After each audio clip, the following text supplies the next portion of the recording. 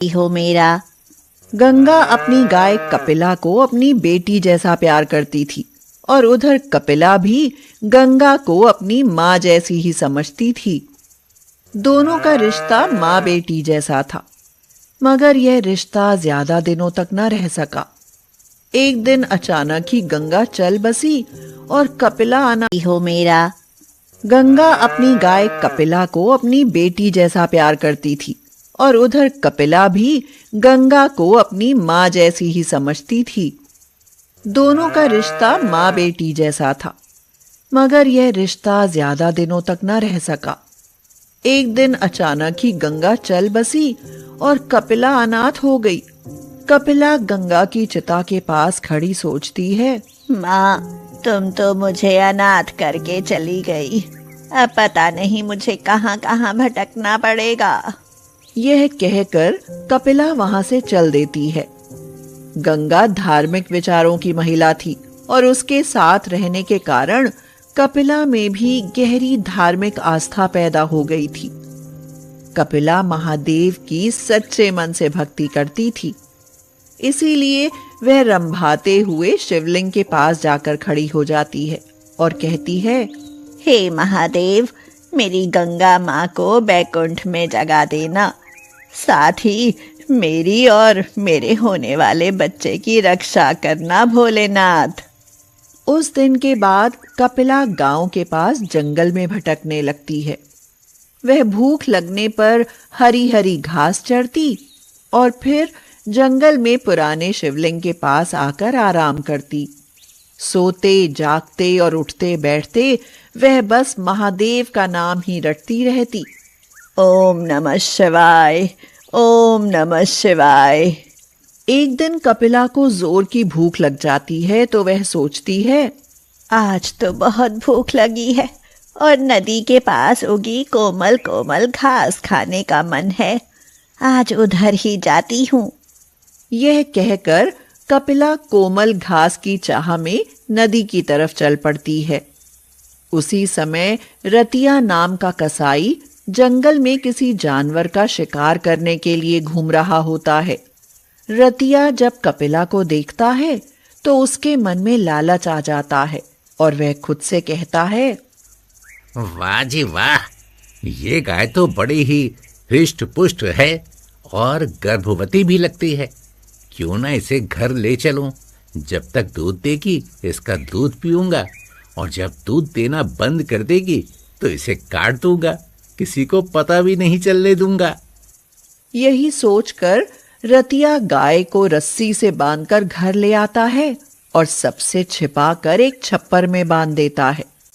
गाय रंभाने लगती है तो रतिया उसके आगे घास डालकर उसकी पीठ पर हाथ फेरते हुए कहता है, अरे मैं एक कसाई हूँ, जानवरों को मारकर उनका मांस बेचना और खाना मेरा पेशा है।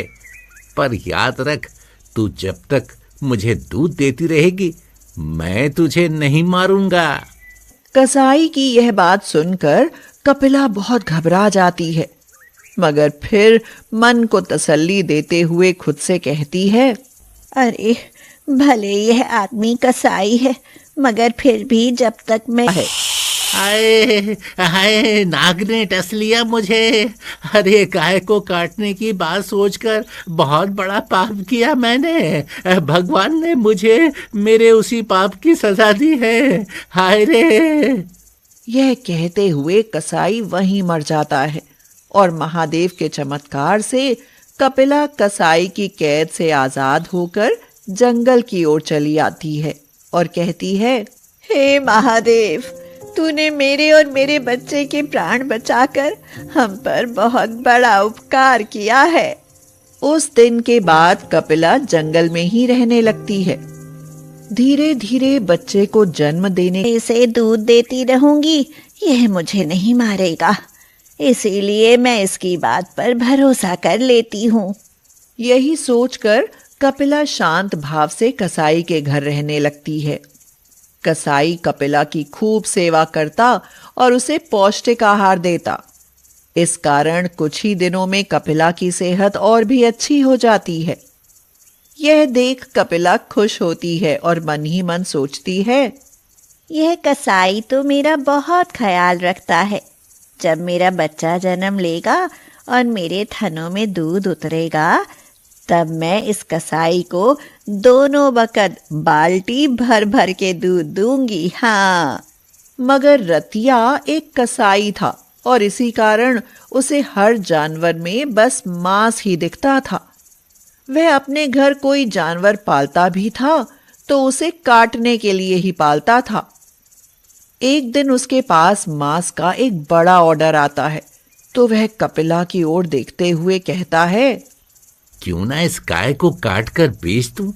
अरे किसे पता चलेगा कि मांस गाय का है या जंगली भैंसे का।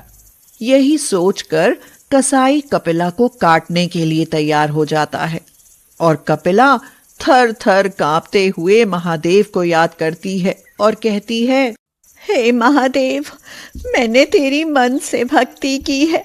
मेरी भक्ति की लाज रखो भगवान, और इस कसाई से मेरी और मेरे गर्भ में पल रहे मेरे बच्चे की रक्षा करो।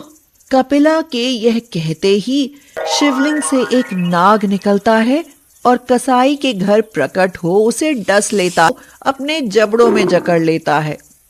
खून बहने लगता है और कपिला दर्द से कराह उठती है और कहती है, आह, हे महादेव, मेरी रक्षा करो। मुझ पर तो संकट पर संकट आ रहे हैं। कपिला जैसे ही महादेव को याद करती है, महादेव उसके सामने प्रकट हो जाते हैं और कहते हैं, बाघ, तुम अपने भोजन के लिए कोई और शिकार ढूंढो। कपिला मेरी भक्त है और मैं अपने भक्त की हमेशा रक्षा करता हूँ। यह सुनते ही बाघ का समय निकट आता है तो कपिला का घूमना कम होता जाता है। वह एक पेड़ के नीचे आराम करती और उसी के आसपास चर लेती। वह हर समय अपने होने वाले बच्चे के बारे में सोचती रहती और कहती, मुझे बेटा हो या बेटी, मैं अपने बच्चे को बहुत प्यार दूंगी। अपने बच्चे के साथ खेलूंगी और उसे भी महादेव की भक्ति के लिए प्रेरित करूंगी। एक दिन कपिला घास चरने जाती है तो उसे प्यास सताने लगती है। मुझे तो बहुत प्यास लगी है, पर थक भी तो गई हूँ। फिर नदी पर पानी पीने तो जाना ही पड़ेगा। यही कहकर कपिला नदी पर पानी पीने के लिए चली जाती है और जब वह पानी पी रही होती है तो अचानक ही उस पर एक भूखे बाघ की नजर पड़ जाती है। बाघ कहता है, वाह, आज कई दिनों के बाद कोई बड़ा शिकार मिला है। बहुत भूखा हूँ, अब तो इसे खाकर ही पानी पीऊंगा। यह कहकर बाघ कपिला पर पीछे से झपट कर पड़ता है और उसकी टांग को बाघ कपिला को छोड़ भाग जाता है और महादेव अपनी दिव्य शक्ति से कपिला के घावों को ठीक कर देते हैं। फिर कपिला को अपना आशीर्वाद देते हुए कहते हैं, कपिला, मैं तुम्हारी भक्ति से बहुत प्रसन्न हूं। आज के बाद तुम और तुम्हारा होने वाला बच्चा सदैव सुखी रहेंगे। अब तुम पर कोई संकट नहीं आएगा। यह कहकर महादेव अदृश्य हो जाते हैं और कपिला जंगल में आगे बढ़ती है तो उसे एक महात्मा जी मिल जाते हैं। महात्मा जी कपिला से कहते हैं, हे गौ माता, मेरी आपसे विनती है कि आप मेरे साथ मेरे आश्रम में चलकर रहें। इससे हम साधुओं को आपकी सेवा और आपके अमृत समान दुग्ध पान करने का अवसर मिलेगा। कपिला महात्मा जी की बात मान लेती है और खुशी खुशी महात्मा जी के आश्रम में रहने लगती है। कुछ दिन बाद वह बहुत ही सुंदर बछड़े को जन्म देती है और इसी खुशी में आज करके लौटता नंदिनी आसपास घास चरती रहती और फिर मंदिर की सीढ़ियों के पास खड़ी होकर रंभाने लगती, मानो वह भी दुर्गा माँ की स्तुति करती हो। क्यों नंदिनी, कर ली दुर्गा माँ की भक्ति, अब घर चलें क्या? गोपाल और आशा दोनों भाई बहन की नजर हमेशा नंदिनी पर ही टिकी रहती थी। उनका दिन नंदिनी को चारा पानी देने और उसके लाड लड़ाने में ही बीतता था। भैया, हमारा घर नंदिनी के कारण ही चलता है। देखो ना, जब से इसने दूध देना बंद तो दिमाग गर्म हो जाता है और वह कहता है, आपको गाय बेच दूं, ये जानते हुए भी कि आप गायों के तन से सारा दूध निचोड़ लेते हैं, और जब वो दूध देना बंद कर देती हैं, उन्हें सड़कों पर गंदगी खाकर जीने के लिए छोड़ देते हैं।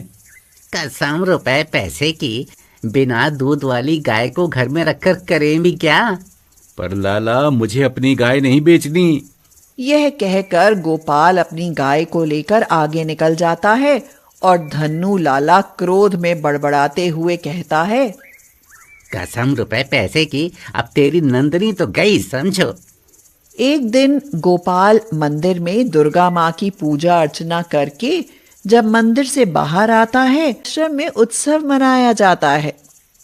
इस पर कपिला खुश होकर महादेव का धन्यवाद करते हुए कहती है, हे महादेव, तेरी कृपा से मुझे संत महात्माओं का साथ मिल गया। यहाँ मैं और मेरा बच्चा बहुत खुश रहेंगे। उस दिन के बाद कपिला और उसके बच्चे पर कोई संकट नहीं आता।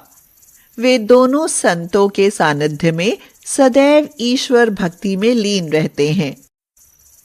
गोपाल अपनी गाय नंदिनी का पूरा ख्याल रखता था। गोपाल की छोटी बहन आशा और गोपाल नंदिनी को गौ माता कहकर बुलाते थे और खुद की मां के समान आदर भी करते थे। जैसे ही सुबह की बेला होती, नंदिनी जोर जोर से रंभाने लगती। सुबह सुबह नंदिनी के रंभाने की आवाज सुनकर गोपाल जागता है और कहता है, लो, लगी रंभाने सुबह ही सुबह।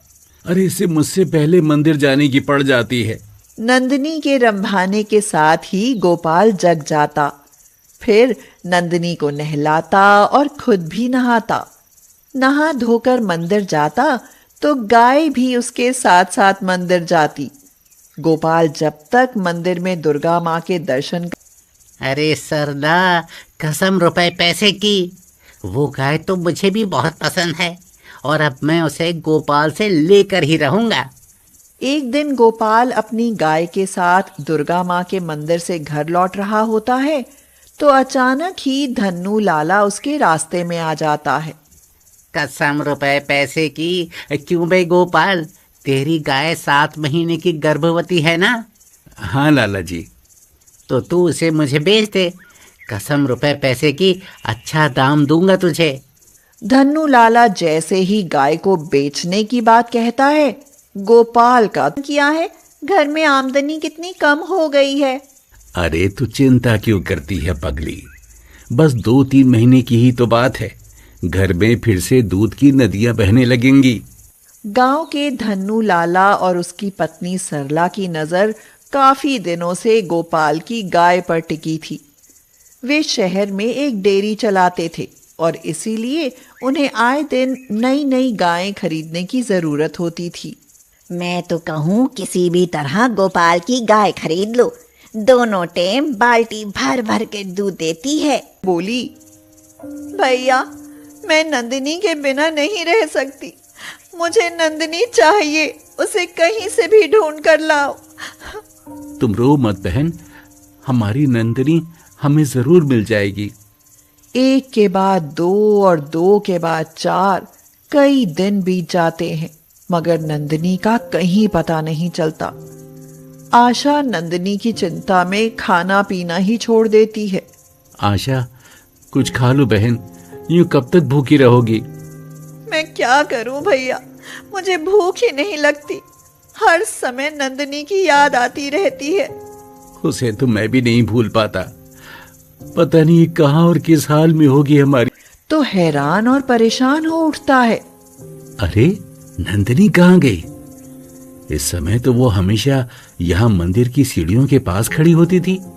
अरे गोपाल बेटा, इतना परेशान मत हो। अरे यहीं आसपास चल रही होगी कहीं, जा ढूंढ ले उसे। गोपाल नंदिनी को मंदिर के आसपास सब जगह ढूंढता है, मगर नंदिनी कहीं दिखाई नहीं देती। कहाँ चली गई अचानक? पहले तो कभी ऐसा नहीं किया। आशा को जब नंदिनी के अचानक ही खो जाने के बारे में पता चला तो उसकी आंखों से आंसू निकल पड़े।